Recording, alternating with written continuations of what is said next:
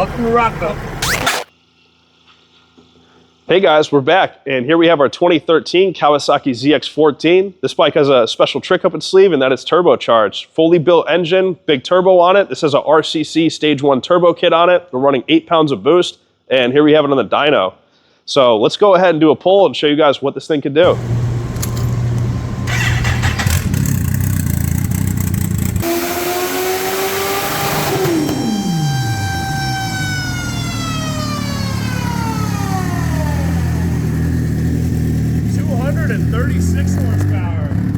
Oh, guys, we just made 236 horsepower to the rear tire. And now that we got it on the dyno and got it tuned in well, we're going to turn it over to Ken and have Ken take this thing on the street and see what it can do.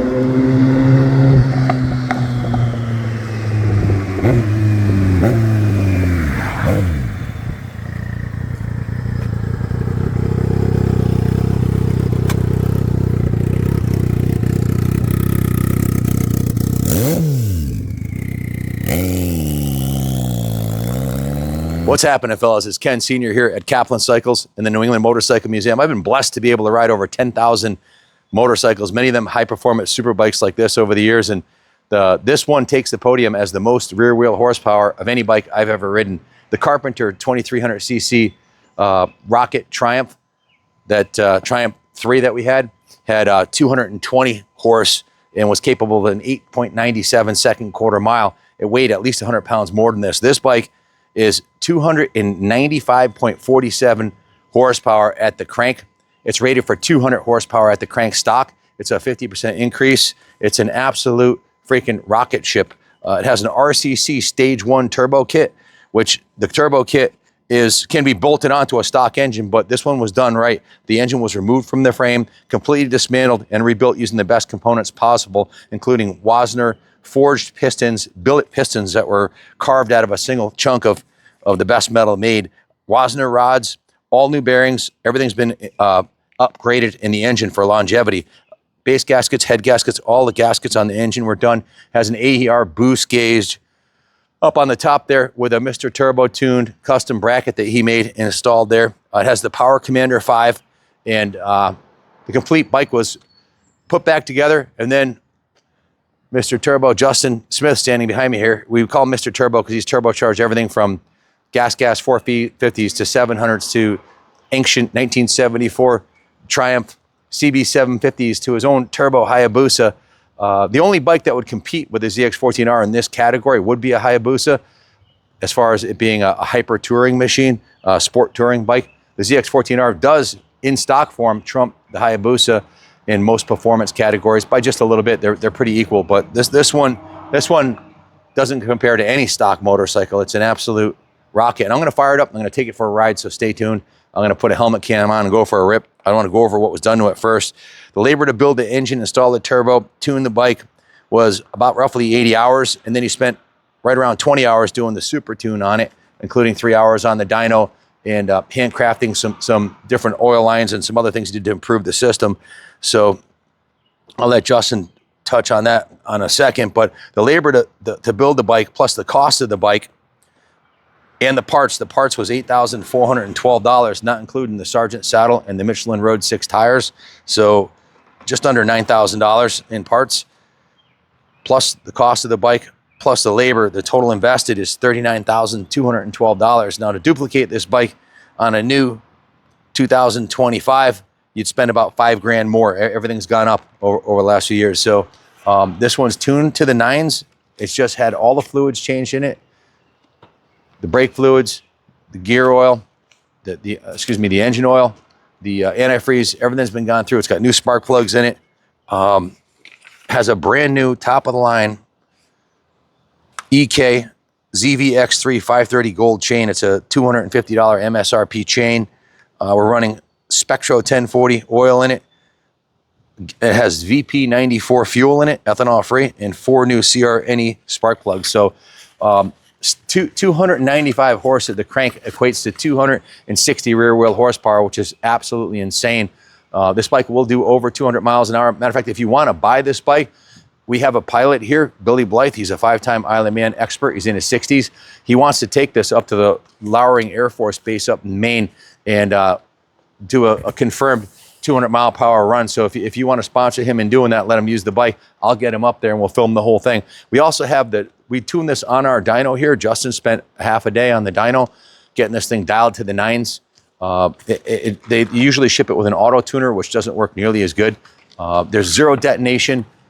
260 horsepower was the original tune at 13 PSI.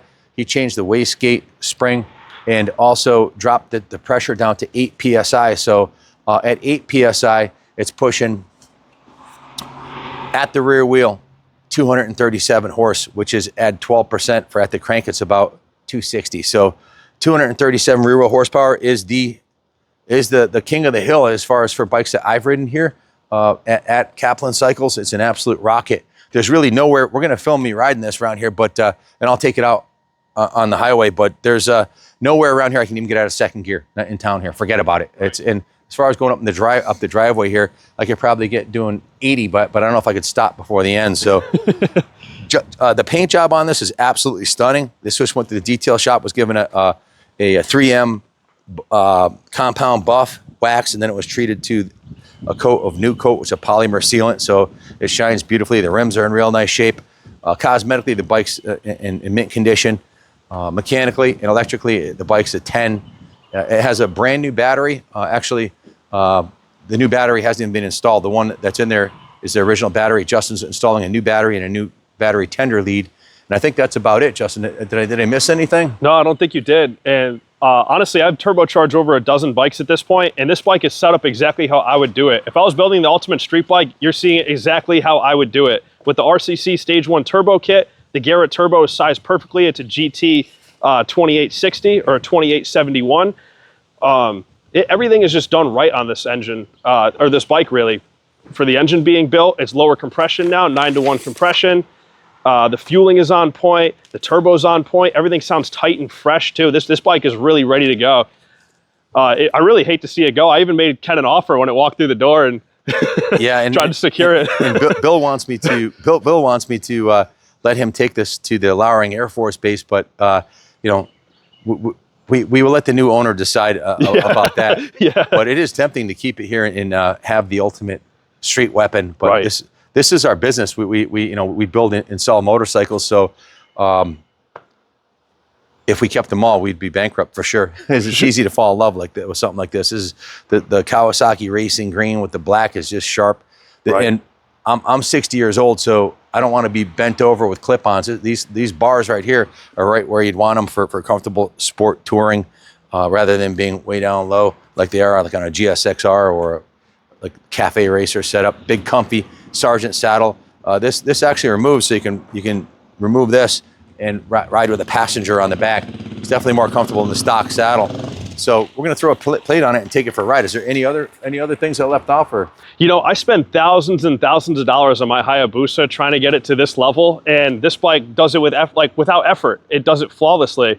And it kind of makes me almost regret putting as much as I did into my Hayabusa, because this bike does it all, maybe even better. So whoever gets this bike is a lucky man.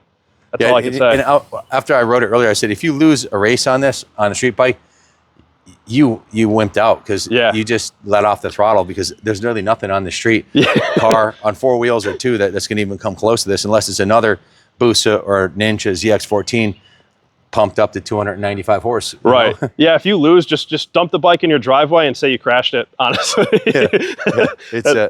You'd have to hang your head. As far as quarter mile street racing or quarter mile drag strip racing, or if you want the ultimate cross country rocket that you can take your wife on, and it's super smooth. It doesn't run real hot, even though like a hot summer day like today. It feels just as docile as a stock one, except for when you get over 4,000 RPM. You've got 50% more horsepower on what was already one of the most outrageous street bikes ever made. So anyways, I'm going to put the helmet on, take it for a rip. This will be the best part, so stay tuned.